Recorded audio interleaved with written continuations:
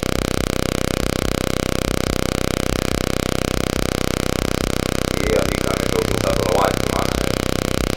अब बारिश में ये हाल हो जाता है, शहर के दिखाई भी बहुत कम देता है और खतरा भी बहुत होता है। ये इंडिया का शहर है, इतनी बारिश हो पर फिर भी सही। ये सेंथिया जा रही है।